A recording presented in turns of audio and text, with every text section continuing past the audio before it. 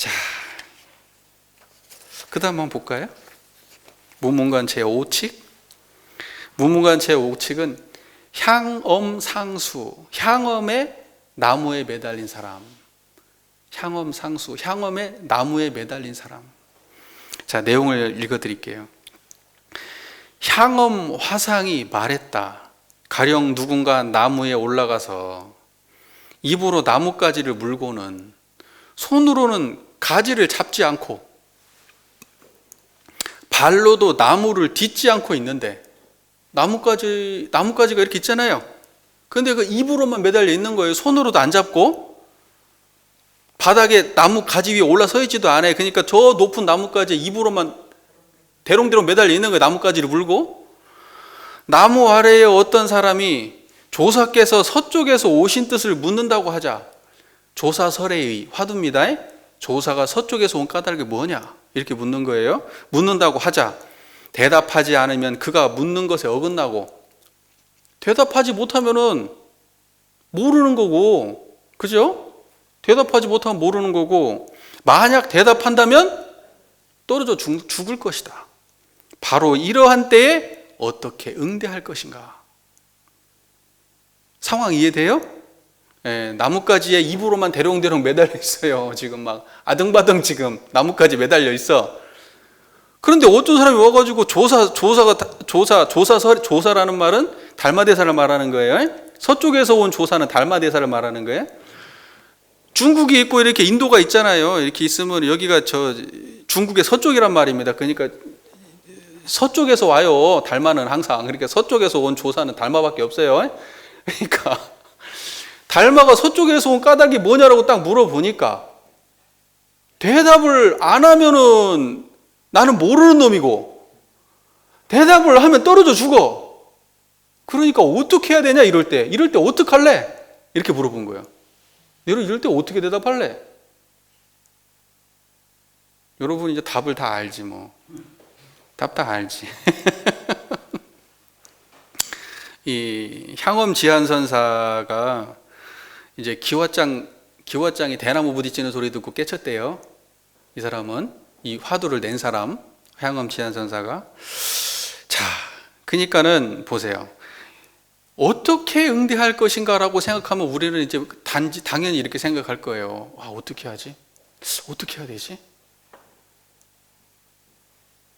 야, 왜 손을 잡을 수 있는데 손이 뒤에 묶여 있어서 그런가? 그냥 잡으면 되는 거 아니야? 왜 손을 못 잡는다고 문제를 냈지? 그렇게 높은 데 있었을까? 죽지는 않겠지. 다리 정도 부러지겠지. 뭐 이런 생각하시면 그러면 이제 밑도 끝도 없이 멀어지는 일이에요. 자, 보세요. 손도 잡지 않고 발도 닿지 않는 나뭇가지에 오직 입으로만 매달려가지고 끙끙대고 있는 이러한 난처하고 난감하고 아주 그냥 죽겠는 상황이 닥쳤는데, 달마가 서쪽에서 오신 까닭을 물어서 대답을 해야 되는 상황이에요. 그러면 이걸 어떻게 해야 되는 거야? 이제 이것인데, 대답을 해도 어긋나고 대답을 안 해도 어긋나. 대답을 하면 죽어. 안 하면 쪽팔리지. 속된 말로 안 하면 창피해. 이거 어떻게 해야 되지? 이렇게 생각하고 있으면 어긋난다, 안 어긋난다? 어긋난다. 그러면 오직 여러분들은 달마가 서쪽에서 오신 뜻이 뭡니까? 그 자리 드러났어요? 그 자리를 드러내면 돼요.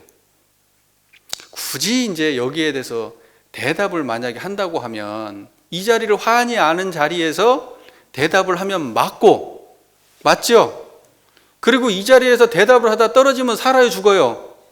안 죽어요. 이 자리 알고 떨어지면 안 죽어. 모르는 놈이 대답하다고 입 벌리다가 죽는 거예요. 모르면 대답을 하면 돼요, 안 돼요? 안 돼. 아는 사람은 대답해도 안 죽어. 안 죽어요. 모르는 놈이 대답 안 하면 창피해요. 창피해. 모르는 사람은 대답 안 하면 창피해. 근데 환히 안 하는 사람은 대답 안 해도 떳떳해요. 떳떳해. 안 창피해. 뭔 말인지 아시겠죠? 그러니까 여기에서 중요한 건 달마 설레이를 아냐 모르냐 이게 중요한 거예요. 그 자리에 알면은 떨어지고 안 떨어지고는 중요하지 않아요. 그건 덫이요, 덫. 아시겠죠? 우리 이제 그 향엄 화상은 우리를 갖다가 궁지에 몰아넣고 있는 거예요. 궁지에 우리를 갖다가 어찌할 수 없는, 대답을 할 수 없는, 해도 되고 해도 안 되고 안 해도 안 되는 그런 상황으로 우리를, 그 이야기 속으로 우리를 몰아넣고 있는 거예요. 그러면 여러분은 그런 상황 속에서 어떻게 벗어나야 될 것인가? 오직 청정한 마음으로 벗어나는 거예요. 대답을 구해서 벗어나는 게 아니에요. 대답을 구하면 쪽팔리거나 떨어져 죽거나 둘 중에 하나예요. 대답을 구하면, 오직 청정하면 둘 다 사는 겁니다. 아시겠죠? 자, 그래서 뭐 어떻게, 이럴 때는 어떻게 해야 돼?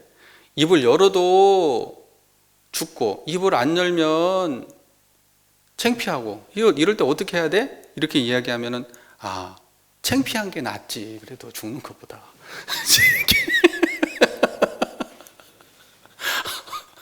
그렇게 생각을 할 수도 있죠. 하여튼 뭔 짓을 해도 이 자리 모르면 다 틀립니다. 뭔 짓을 해도. 그래서 중요한 건 뭐냐면, 향엄이 이 질문을 던질 때, 이 화두를 말할 때 향엄의 견해가 뭐였을까? 향엄이 어떤 것을 원하고 이 질문을 던졌을까라고 향엄을 물어버려야지, 향엄이 던진 개벽다귀를 쫓아가다가는 죽는 거예요, 그게. 그래서 향엄이 던진 개벽다귀를 쫓아가지 마시고, 그 글에는 의미가 있어요, 없어요? 의미가 없어. 그거 던진 놈을 물어버려야지. 그거 던진 놈을 물어버려야지. 아시겠죠? 그걸 문다는 건 어떤 뭐 향엄을 갖다가 뭐 깨문다는 얘기가 아니라, 향엄이 지금 그 이야기를 던지기 전에 이미 여러분들은 그 견해가 드러나야 된다 이 말입니다. 향엄이 말했다 하는 순간 바로 알아야 돼. 말 떨어지기 전에. 뭔 말을 하는가 중요하지 않아. 그건 다 분별이니까. 뭔 말인지 아시겠죠? 예, 그게 조사선입니다. 이제 이렇게까지 얘기해 놓으면 뒤에는 아무 재미없는데 어떡하지? 아무 재미없는데 어떡한데? 그래서 하나를 정확하게 풀어버리면 84,000가지 화두가 다 한 자리에 돌아오기 때문에 다 풀린다 그래요. 근데 왜 그렇게 얘기하는지 이해되시죠? 내가 공식을 알려줘 버리면 안 되는데, 그럼 뭐 안 알려주면 어쩌고, 알려주면 어쩌겠어요, 그죠? 알려줘도 안 하는 판에 안 알려주면 더 어떻게 하겠어? 그러니까 그냥 알려줘야지. 자, 보세요. 우리가 살면서 어찌하지 못하는 경우를 많이 당해. 이러지도 못하고 저러지도 못해. 말을 할 수도 없고 안 할 수도 없어. 이쪽으로 갈 수도 없고 저쪽으로 갈 수도 없어. 마음을 어떻게 할지를 못해. 막막하고 답답한 상황에 처할 때가 있습니까, 없습니까? 나뭇가지를 물고 대롱대롱 매달려 있는 사람처럼 우리가 살다 보면은 그러한 상황에 처할 때는 많이 있어요. 어떻게 넘어갈 거냐? 어떻게 넘어갈 거냐? 오른쪽 아니면 왼쪽 중에 하나를 택할 거냐? 둘 다 아닌데 어떻게 할 겁니까? 오직 깨어나라. 오직 그 꿈에서 깨어나라. 그 번뇌망상에서 깨어나라.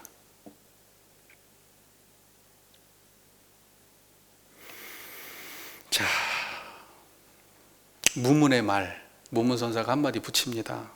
설사 폭포처럼 거침없는 말솜씨가 있더라도 전혀 소용이 없고, 8만 대장경을 설명할 수 있어도 역시 소용없다. 만약 여기에 대답할 수 있다면 이전에 죽어있던 것을 살리고 이전에 살아있던 것을 죽일 것이다. 아직 그렇지 못하다면 곧장 다음 세상을 기다려 미륵에게 물어봐라. 이렇게 말합니다. 이게 뭔 소린가? 이 자리를 모르면요, 얼마나 대단한 말솜씨를 해도 소용없다 이 말입니다. 이게 보통 거에 너 말로는 안 돼. 팔만대장경을 다 설명해도 이거 모르면 소용없어. 소용없어. 문문은 그렇게 말하고 있어요, 지금. 나뭇가지에 매달린 사람이 달마가 서쪽에서 오신 뜻을 알지 못했다면 말 안에서 창피해서 죽고, 말을 유창하게 한다면 떨어져서 죽습니다. 하지만은 나뭇가지에 매달린 사람이 달마가 서쪽에서 오신 뜻을 확실히 알면 말을 해도 살고 말을 안 해도 삽니다. 그 소식이에요. 그러니까 중요한 것은 말을 잘하냐 못하냐, 어떻게 말하냐, 이 말을 하냐 저 말을 하냐, 그게 중요한 게 아니라 이 말이에요. 문문선사 말은 오직 문문의 경지를 아느냐, 문문선사가 아니지, 문문선사는 문문의 경지를 아느냐, 지금 이걸 물어본다는 거예요. 문문의 경지를 아느냐. 만약 여기에 대답할 수 있다면, 여기에 니네가 진짜 올바른 대답을 할 수 있다면, 죽어 있던 걸 살리고, 이전에 죽어 있던 것은 살리고, 이전에 살아 있던 건 죽는다. 이게 무슨 말이에요? 이전에 죽어 있던 게 뭐예요? 이 자리, 청정한 그 자리. 그건 이전에 죽어 있던 건데 그건 살아나고, 살아 있던 건 뭡니까? 수많은 생각과 감정과 번뇌, 망상, 판단들, 내가 잘났네, 못났네, 네가 잘났네, 못났네, 이런 것들은 다 어떻게 된다는 거예요? 이전에 살아있던 그놈들은 다 죽고, 이전에 죽어서 몰랐던 그놈은 살아난다. 네가 한마디를 제대로 할 수 있다면. 만약에 그래도 모르겠다면 이 생에는 깨달을 생각하지 말고 자기 석가모니 부처님이 이제 다음 이 말세가 되면은 미륵보살이 와가지고 중생들을 제도한다고 합니다. 그때는 3번만 설하면, 중생들을 위해서 법문을 3번만 설하면은 모든 중생이 제도를 받는답니다. 다 깨닫고 무익부처가 올 때, 그 미륵보살이 올 때나 기다려서 깨달음을 얻어라. 그때까지 기다려라. 지금 단박에 깨달음 못 얻을 거면 그때까지 기다려라. 그러면 다음 생에 이렇게 문문선사가 말해요. 여러분 그렇게 하랍니까? 미륵보살 올 때 그때 내가 미륵보살의 위신력으로 깨달아야지 하고 그때까지 기다리실랍니까? 아니면 지금 단박에 말 없는 자리를 깨달으실랍니까? 그렇게 해야지. 그래서 무문이 개송을 하나 붙였습니다. 향음은 참으로 제멋대로이고, 그 아까 화두를 말하는 향음은 참으로 제멋대로이고 악독하기가 한이 없어서 납승의 입을 틀어막아 온몸에 귀신의 눈이 솟아오르게 만든다네. 이렇게 말했습니다. 향음은 이 화두를 통해서 화두를 듣는 사람, 화두를 공부하는 수행자의 입을 틀어 막아버렸다. 말도 못하게 막아버렸다. 한편으로는 악독하기가 참 그지없죠. 이 말대로 향음은 참으로 제멋대로 해서 악독하기가 한이 없어서 납승의 입을 틀어 막아버렸어요. 여러분의 입을 틀어 막아버렸어요. 그랬는데 온몸에 귀신의 눈이 솟아오르게 만들어요. 온몸에 귀신의 눈이 솟아오르게 만들어. 여기에서는 귀신의 눈이라고 하는 것은 귀신을 보는 안목을 귀신의 눈이라고, 귀안이라고 되어 있는데 귀신을 본다는 거예요. 근데 이제 여기서 귀신을 본다는 걸 부정적 해석이라고, 여기 이 책에는 이걸 번역하시는 분은 이걸 부정적인 의미로 해석을 하셨던데, 저는 이 귀신의 눈은 긍정적인 안목이라고 생각하거든요. 귀안이라고 하는 건 뭐냐? 특별한 걸 보는 안목이에요. 일반 사람들이 보지 못하는 안목. 그러니까 뭐냐면 입을 틀어막아, 납자 입을 딱 틀어막아 버렸는데 온몸에 귀신의 눈이 솟아오르게 만든다. 이게 뭔 말이에요? 첫 번째로 온몸에 귀신의 눈이 솟아오르게 만든다. 입을 딱 틀어막아 버리니까, 다른 눈으로 보게 된다 이 말이에요. 다른 안목이 생기더라. 귀신의 안목이. 이렇게 해석할 수가 있다. 그 귀신의 안목은 뭡니까? 불생불멸을 보는 안목이겠죠. 그 다음에 이 저자가 의도한 생각은 아마 그걸 거예요. 입을 딱 틀어 막아버리니까 온몸에 귀신의 눈이 솟아오르게 만드네. 그것은 뭐예요? 귀신의 안목을 부정적으로 보면 번뇌망상이야. 그러니까 입을 딱 틀어 막아버리고 말 못하게 하니까 마음속에서 어때요? 온몸에서 오만 번뇌망상을 들끓게 만든다 이 말이에요. 입을 말을 못하니까. 어떻게 해석하든 중요한 것은 뭐냐? 이 화두를 통해서 우리의 입을 틀어 막는 것은, 저는 개인적으로, 우리 무문 해계선사는 이 악독하기 그지없다, 향엄이 그렇게 말을 했지만은 저는 자비롭기 그지없다 이렇게 말을 하랍니다. 입을 틀어 막아준 덕분에 생각이 끊어지고 번뇌가 끊어지는 겁니다. 그래서 깨닫게 만들어주는 거예요. 자, 대답할 수 없는 상황, 어찌할 수 없고 아득하고 막막한 상황, 그 상황을 우리들은 눈을 한번 번쩍 뜸으로 인해서 깨쳐 나와야 됩니다. 입을 안 벌리고도 큰 소리를 내야 돼요. 우리가 그러한 경지에 다다를 수 없다면 일상의 삶에서 자유롭고 행복하고 해탈을 얻고 번뇌로부터 벗어날 수가 없습니다. 아시겠죠? 대단하십니다. 우리 향엄 지한선사의 화두는 지금 시대를 살아가는 우리에게 우리에게 닥친 수많은 어렵고 그 대답할 수 없는 상황에 맞닥뜨리는 우리가 어떻게 그 상황을 단박에 깨고 큰 소리를 내뱉을 수 있는지 그 지혜를 알려주고 있다고 생각합니다. 대답할 수 없는 상황에 여러분들은 어떻게 하시겠습니까? 청정한 자리를 지켜내십시오. 그 자리로 대답을 하십시오. 그래야지 뭔가 구멍이 생기지요. 그것마저 할 수 없다면 우리는요, 계속 꿈속으로, 미망 속으로, 고통 속으로 빠져들 겁니다. 여러분들은 이미 깨어있는 존재지요. 다만 그거의 소중함을 모르고 산다. 저는 그런 생각을 합니다. 그래서 깨달음이 큰 사람들은 고통이 큰 사람들이 깨달음도 커요. 깨달음의 맛이 그만큼 달아. 배가 부른 사람들은 밥 한 숟가락 별거 없잖아요. 안 먹어도 그만, 먹어도 그만이죠. 굶어 죽겠는 사람한테 밥 한 숟가락은 너무 달아요. 너무 소중하고. 깨달음도 꼭 그와 같아요. 알고 나니까 별거 없잖아요. 몰랐던 시절에 너무너무 괴로웠고, 그 괴로웠던 시절에 한마음 알고 나니까 그게 너무 시원하더라 하는 그 맛을 아는 사람은 절대 못 놔요, 이 마음. 그런데 사는 거 편안하고 괜찮고 돈도 좀 있고 배울 만큼 배우고 무난하게 행복하고 그러면요, 깨달음이 바로 눈앞에 펼쳐져도 붙잡을 생각 안 해요. 그거 없어도 문제 없거든. 그래서 대종사님 뭐라 하십니까? 어떤 사람이 깨닫기 어려워요? 출가하기 어려워요? 돈 많고 인물 좋고 학식 있고 부족한 거 없는 사람들이 출가하는 것이 귀하다. 그래서 상산 박장식 종사 같은 분들을 귀하게 생각하셨어요. 부족한 거 없는 사람이 왜 저렇게 출가를 해가지고 아쉬워가지고 출가한 게 아니란 말이에요.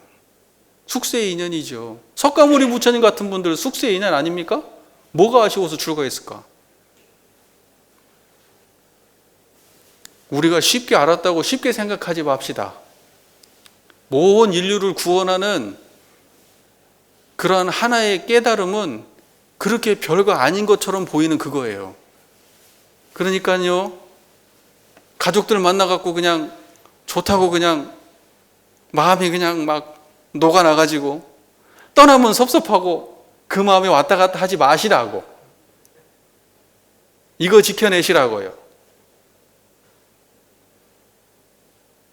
무슨 말인지 이해되시죠? 네. 함께 경청해 주신 교도님 오늘도 너무 감사합니다.